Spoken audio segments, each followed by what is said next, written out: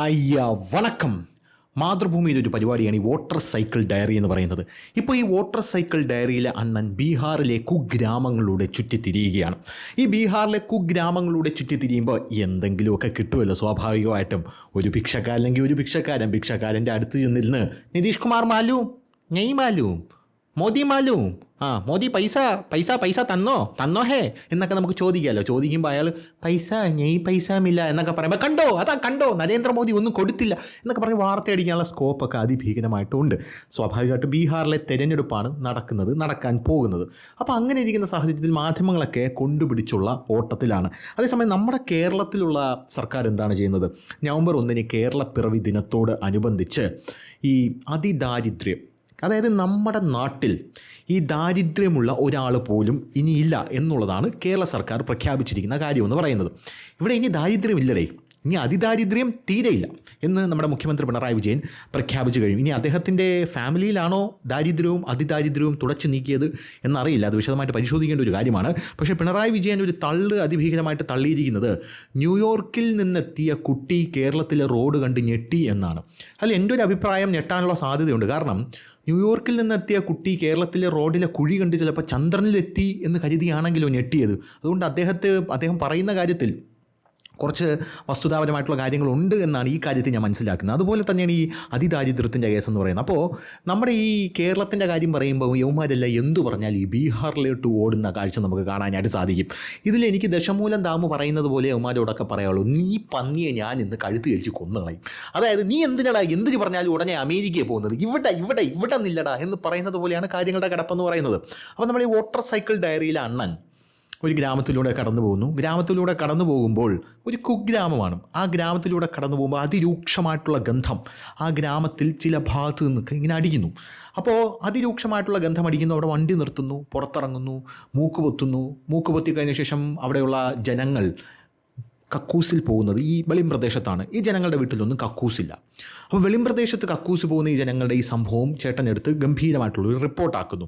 ശേഷം മൂക്കൊക്കെ പൊത്തിയിട്ട് ഇതുവഴി നടക്കാനേ വയ്യ എന്നുള്ള രീതിയിൽ, അതായത് ബീഹാറിലുള്ള ജനങ്ങൾക്ക് കക്കൂസ് ഉണ്ടെങ്കിലും അവർ വെളിം പ്രദേശത്ത് മാത്രമേ അവർ അപ്പിയിടാറുള്ളൂ എന്നുള്ള റിപ്പോർട്ട് പല ദിവസങ്ങൾക്ക് മുമ്പ് തന്നെ വന്നതാണ്. സ്വച്ഛ് ഭാരത് അഭിയാൻ കൊണ്ടുവന്നപ്പോഴും ഇന്ത്യൻ പ്രധാനമന്ത്രി നരേന്ദ്രമോദി ഇവറ്റുകളൊക്കെ കക്കൂസി കയറ്റാൻ വളരെയധികം ബുദ്ധിമുട്ടി. അത് അവരുടെ സിവിക് സെൻസിൻ്റെ ഒരു പ്രശ്നമാണ്. രണ്ടാമത് അവരുടെ വിദ്യാഭ്യാസമില്ലായ്മയാണ്. പിന്നെ ഇതിൽ കുറച്ച് സാംസ്കാരികമായിട്ടും പൈതൃകപരമായിട്ടുള്ള കുറച്ച് കാര്യങ്ങളൊക്കെ ഇണപഴഞ്ഞ് കിടപ്പുണ്ട്. അതിൻ്റെ ഒരു കാര്യം എന്ന് പറഞ്ഞാൽ വീട്ടിനകത്ത് ശൗചാലയമുള്ളത് ഒരു ബാഡ് ഒമനായിട്ടാണ് ബീഹാറിൽ പല കുഗ്രാമങ്ങളിലെയും ആൾക്കാർ കാണുന്നത്. പക്ഷേ നഗരത്തിലെത്തിയാൽ അങ്ങനെയല്ല സംഭവം. പിന്നെ ചില പ്രദേശങ്ങളിൽ കക്കൂസേ ഇല്ല എന്നുള്ളൊരു ആരോപണവും അവിടെ വരുന്നുണ്ട്. സ്വാഭാവികമായിട്ടും ഉണ്ടായിരിക്കാം. ചില പ്രദേശങ്ങളിൽ കക്കൂസ് കാണാൻ സാധ്യതയില്ല എന്ന് പറയുമ്പോൾ അഴിമതി ഉണ്ട് എന്ന് പറയുന്നു. അഴിമതി ഉണ്ടായിരിക്കാം. കാരണം ബീഹാർ പോലുള്ളൊരു സംസ്ഥാനം എന്ന് പറയുന്നത് ഇന്ത്യയിലെ ഏറ്റവും ബാക്കിൽ നിൽക്കുന്ന സംസ്ഥാനമാണ്. ബീഹാറിൽ ഭരണം എന്ന് പറയുന്നത് ഫാർ ബെറ്ററാണ് പഴയതിനെക്കാട്ടിലും എന്ന് മാത്രമേ നമുക്ക് പറയാൻ സാധിക്കുള്ളൂ. ഉദാഹരണത്തിന് നമ്മുടെ സംസ്ഥാനം പോലെയല്ല ബാക്കിയുള്ള സംസ്ഥാനങ്ങളൊക്കെ എന്ന് പറയുന്നത്. ഇപ്പോൾ കേരളത്തിൽ നമ്മൾ ചില സ്ഥലങ്ങളിലൂടെയൊക്കെ കടന്നു പോകുമ്പോൾ രൂക്ഷമായിട്ടുള്ള മൂത്രത്തിൻ്റെ ഗന്ധമൊക്കെ നമുക്ക് അടിക്കാറുണ്ടല്ലോ എന്ന് പറഞ്ഞ് നമ്മുടെ നാട്ടിലെ ജനങ്ങൾ വീട്ടിൽ കക്കൂസില്ലാത്തവരല്ല എന്ന് നമുക്ക് പറയാൻ പറ്റില്ല. പക്ഷേ പുറത്തുനിന്ന് മൂത്രം ഒഴിക്കും നമ്മൾ. കാരണം നല്ല വെളിം പ്രദേശത്ത് നല്ല കാറ്റൊക്കെ കൊണ്ട് മൂത്രം ഒഴിക്കാൻ, നല്ല ആസ്വദിച്ച് മൂത്രം ഒഴിക്കാൻ കഴിവുള്ള ഒരുപാട് ചേട്ടന്മാർ നമ്മുടെ നാട്ടിലുണ്ട്. എത്ര പറഞ്ഞാലും ഇവന്മാർ കേൾക്കൂല, അത് വേറെ കാര്യം. സർക്കാർ ഇനിയിപ്പോൾ പബ്ലിക് ടോയ്ലറ്റുകൾ കെട്ടി പുറത്തിട്ട് കൊടുത്താലും ഈ വെളിം പ്രദേശത്ത് നിന്ന് മൂത്രം ഒഴിക്കുന്ന അണ്ണന്മാരുടെ ഈ ഒരു കലാപരിപാടി തുടരും.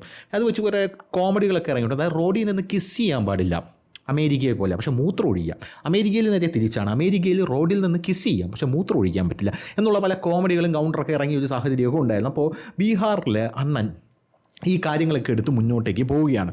എന്തായാലും ഇപ്പോൾ നരേന്ദ്രമോദി കക്കൂസ് കൊടുക്കുന്നു എന്ന് പറഞ്ഞ് കളിയാക്കിയവർ കൊടുക്കുന്നില്ലേ എന്നുള്ള ചോദ്യത്തിലേക്ക് എത്തിയത് ഒരു വലിയൊരു ശുഭകരമായിട്ടുള്ളൊരു സൂചനയാണ്. അപ്പോൾ നമ്മുടെ വിഷയം അതൊന്നുമല്ല. നമ്മുടെ വിഷയം എന്ന് പറയുന്നത്, ആ വിഷയത്തിലേക്ക് കടക്കുന്നതിന് മുമ്പേ അണ്ണൻ്റെ പ്രകടനം ഒന്ന് കണ്ടിട്ട് വരാം. മൂക്ക് പൊത്താതെ ഇതുകൂടെ മൂക്ക് പൊത്താതെ ഇതുവഴി നടക്കാൻ കഴിയില്ല. ഈ ഒരു ദുരിതവും ഒന്ന് ആലോചിച്ച് നോക്കേ. പുലർച്ചയ്ക്ക് 3 മണിക്കും 4 മണിക്കും എണീച്ചിട്ട് നമ്മുടെ കുഞ്ഞു മക്കൾക്കും ഈ അമ്മമാർക്കൊക്കെ ഈ വഴിയിൽ വന്നിരിക്കേണ്ട ഒരവസ്ഥ. അപ്പോൾ അണ്ണൻ്റെ പ്രകടനം കണ്ടല്ലോ. അപ്പോൾ ഇനി കേരളത്തിലേക്ക് വരുമ്പോൾ, കേരളത്തിൽ കക്കൂസില്ലാത്ത ഒരു ജനത അല്ലെങ്കിൽ ഒരു കുടുംബത്തെ നമുക്ക് സങ്കല്പിക്കാൻ പറ്റുമോ? സങ്കല്പിക്കാൻ പറ്റില്ല. അതിദാരിദ്ര്യം ഒഴിഞ്ഞ കേരളത്തിൽ കക്കൂസില്ലാത്തൊരു കുടുംബം കാണില്ല എന്നാണ് നമ്മളെല്ലാവരും ബേസിക്കലി വിചാരിച്ച് വെച്ചിരിക്കുന്നത്. പക്ഷേ അങ്ങനൊരു കുടുംബം അല്ലെങ്കിൽ അങ്ങനെ പല കുടുംബങ്ങളും കേരളത്തിലുണ്ട് എന്നുള്ളതാണ് യഥാർത്ഥത്തിലുള്ള വസ്തുത. ബീഹാറിലെ കക്കൂസില്ലായ്മയും അവരുടെ റോഡിലിരുന്ന് അപ്പിയിടാനുള്ള ത്വരയും തേടിപ്പോകുന്ന അണ്ണൻ കേരളത്തിലെ പാവപ്പെട്ട ജനങ്ങൾ, അതായത് കക്കൂസ് വേണമെന്ന് ആഗ്രഹമുണ്ട് പക്ഷേ അവർക്ക് കിട്ടുന്നില്ല. അപ്പോൾ അങ്ങനെയുള്ള ജനങ്ങളുടെ ത്വര എന്തുകൊണ്ടാണ് തേടിപ്പോകാത്തത് എന്നുള്ളൊരു ചോദ്യം അതിഭീകരമായിട്ട് അവിടെ നിൽക്കുകയാണ്. ഈ അതിദാരിദ്ര്യമുക്തം എന്ന് പറയുന്ന കേരളം ഇനി ഫേസ് ചെയ്യാൻ പോകുന്ന കോൺസിക്വൻസസ് എന്ന് പറയുന്നാൽ അതിഭീകരമായിട്ടുള്ള കോൺസിക്വൻസസ് ആയിരിക്കും. ഈ അതിദാരിദ്ര്യം ഉള്ള ആൾക്കാർക്ക് നമ്മുടെ കേന്ദ്ര സർക്കാർ ഒരു കാർഡ് കൊടുക്കുന്നുണ്ട്. AAY കാർഡുകൾ എന്നാണ് അതിൻ്റെ പേര്. ഈ AAY കാർഡുകൾ പ്രകാരമാണ് ഈ അന്ത്യോദയ അന്ന യോജന വഴി ഇവർക്ക് ഭക്ഷണമൊക്കെ പ്രൊവൈഡ് ചെയ്യുന്നത്. അപ്പോൾ സ്വാഭാവികമായിട്ടും സർക്കാർ പറയുന്നത് 2021 ഞങ്ങൾ ഈ കുടുംബശ്രീയും മറ്റ് കിടിപിടിയൊക്കെ വെച്ച് ഒരു സർവേ നടത്തി നോക്കിയപ്പോൾ 64,000 പേരേ ഉള്ളൂ കമ്മ്യൂണിസ്റ്റ് കേരളത്തിൽ അതിദാരിദ്ര്യരായിട്ട്. ബാക്കിയുള്ള എല്ലാവരും യൂസഫ് അലിമാരായി കഴിഞ്ഞു.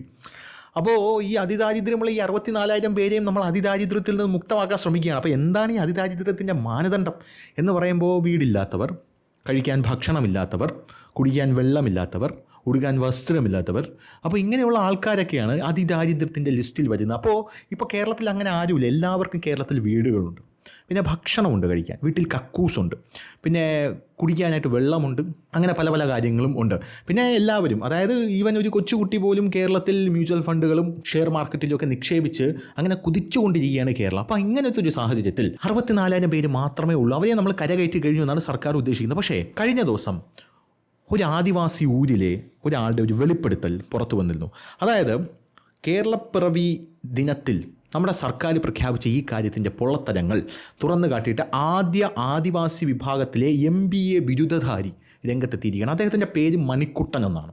അപ്പോൾ ആദ്യ ആദിവാസി വിഭാഗത്തിലെ MBA ബിരുദധാരിയാണ്.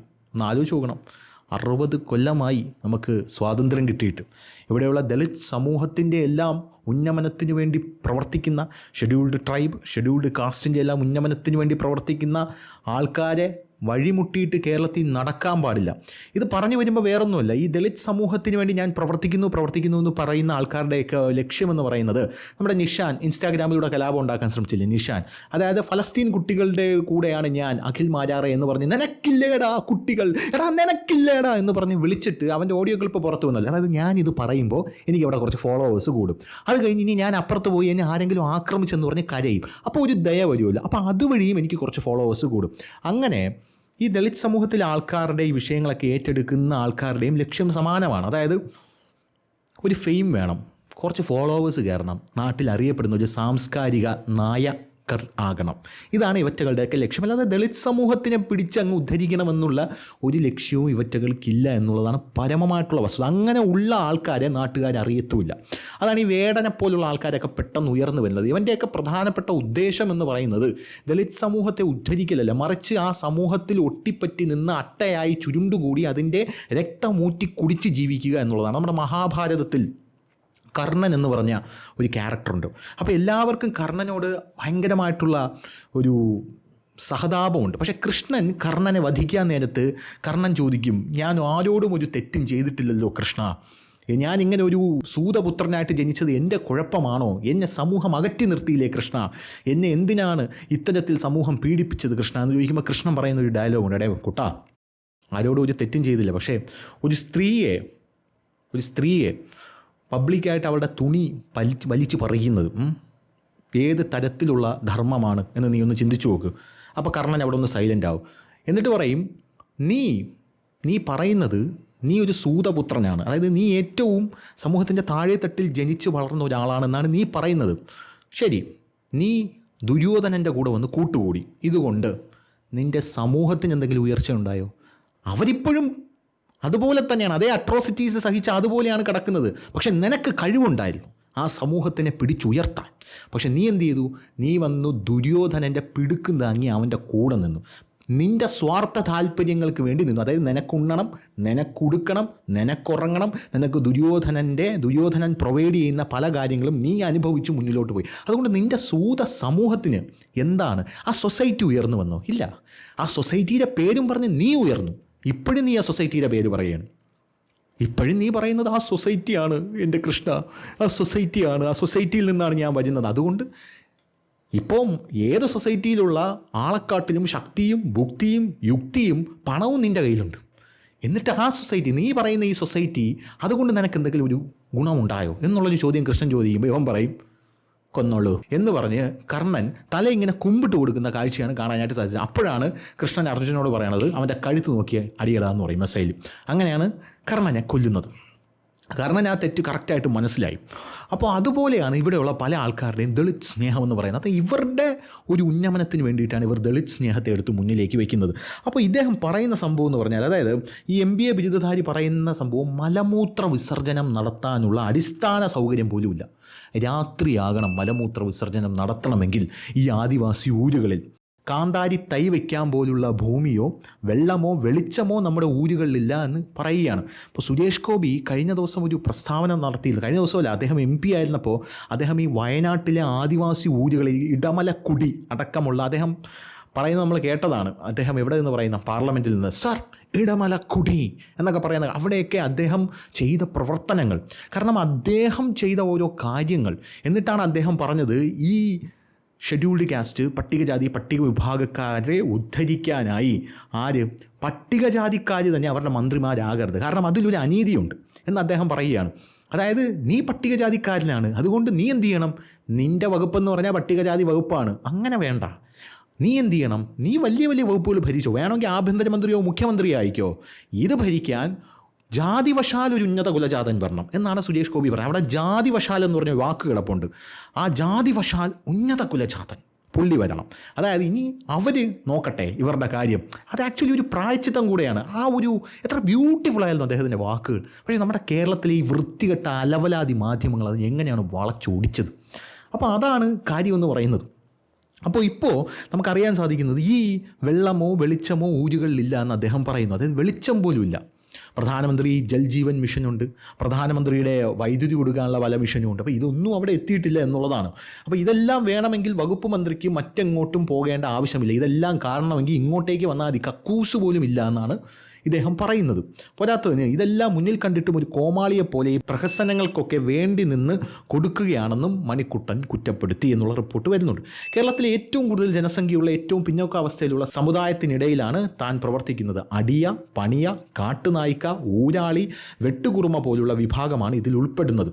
കേരള സർക്കാരിൻ്റെ കണക്കനുസരിച്ച് ആദിവാസി സമുദായത്തിലെ 5% ആളുകളാണ് അതിദരിദ്ര പട്ടികയിൽ ഉൾപ്പെടുന്നത്. എന്നാൽ തങ്ങളുടെ പ്രദേശത്ത് സർക്കാർ സർവേ പോലും നടത്തിയിട്ടില്ല എന്നാണ് മണിക്കുട്ടൻ പറയുന്നത്. 3 സെന്റ് ഭൂമിയിലെ 400 സ്ക്വയർ ഫീറ്റ് വീടിൽ 10 മുതൽ 11 അംഗങ്ങളാണ് താമസിക്കുന്നതെന്ന് അദ്ദേഹം പറയുന്നുണ്ട്.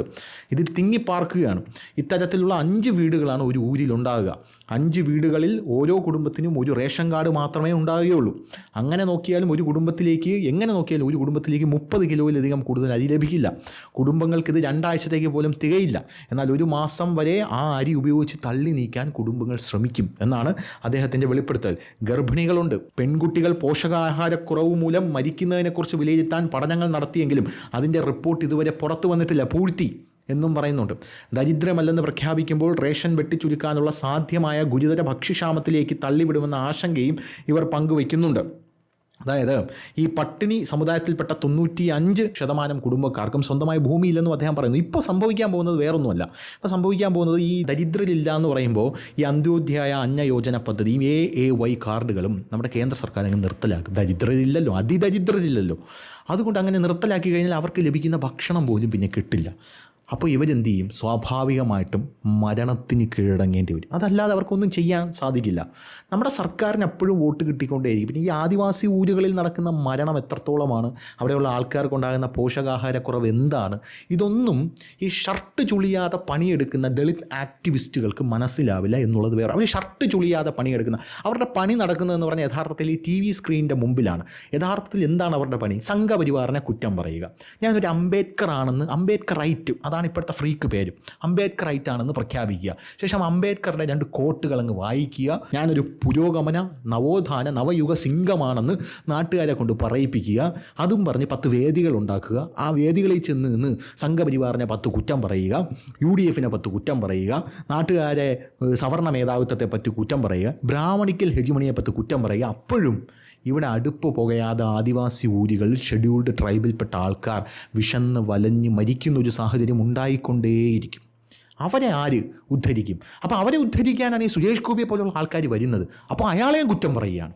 അയാളെ കുറ്റം പറഞ്ഞിട്ട് പറയുകയാണെങ്കിൽ നീ സവർണനാണ്, നീ അതുകൊണ്ടാണ് അങ്ങനെ പറയുന്നത്. എന്ത് വിഷമാണ് ഇവന്മാരെയൊക്കെ മനസ്സിൽ നിന്ന് ആലോചിച്ച് നോക്കണം. എന്തുകൊണ്ട് ഇവരിങ്ങനെ അത് നിങ്ങളൊരു കാര്യമെന്ന് പറയുന്നത്, നിങ്ങൾ സമൂഹത്തിൽ ഉപകാരമൊന്നും ചെയ്യണ്ട, ദയവ് ചെയ്ത് ഉപദ്രവിക്കാതിരുന്നാൽ മതി എന്നാണ് എനിക്ക് ഈ ദളിത് ആക്ടിവിസ്റ്റുകളോട് പറയാനുള്ളത്. അപ്പോൾ ഇങ്ങനത്തെ ഒരു സാഹചര്യത്തിലൂടെയാണ് നമ്മുടെ കേരളം കടന്നു പോകുന്നത്. അപ്പോൾ കക്കൂസ് പോലും കേരളത്തിലെ ആദിവാസി ഊരുകളിലില്ല. പലപ്പോഴും മാതൃഭൂമിക്ക് ഒരു സമയം കിട്ടുകയാണെങ്കിൽ അവർക്ക് എന്തെങ്കിലും ഒരു നിവർത്തി ഉണ്ടാക്കാനുള്ള വല്ല റിപ്പോർട്ടും എടുത്ത് കൊടുത്ത പുണ്യം കിട്ടും എന്ന് മാത്രമേ പറയാനുള്ളൂ. അതായത് വല്ല ബീഹാറിലോ ഗുജറാത്തിലോ അല്ലെങ്കിൽ ഉത്തർപ്രദേശിലോ ഏതെങ്കിലും കുഗ്രാമത്തിൽ പോയി വാർത്ത ഉണ്ടാക്കുന്ന സമയത്ത് ഇതുപോലുള്ള വാർത്തകൾ കവർ ചെയ്താൽ, അതായത് നമ്മൾ ഈ മണ്ണി ചവിട്ടിയാണല്ലോ നിൽക്കുന്നത്, അത് ഇവിടുത്തെ പ്രശ്നം പരിഹരിക്കുക, എന്നിട്ട് നമുക്ക് പറ്റുമെങ്കിൽ നമുക്ക് അങ്ങോട്ടേക്കൊക്കെ പോകാം. അതായിരിക്കും കുറച്ചുകൂടെ ബെറ്റർ. അപ്പോൾ ശരി.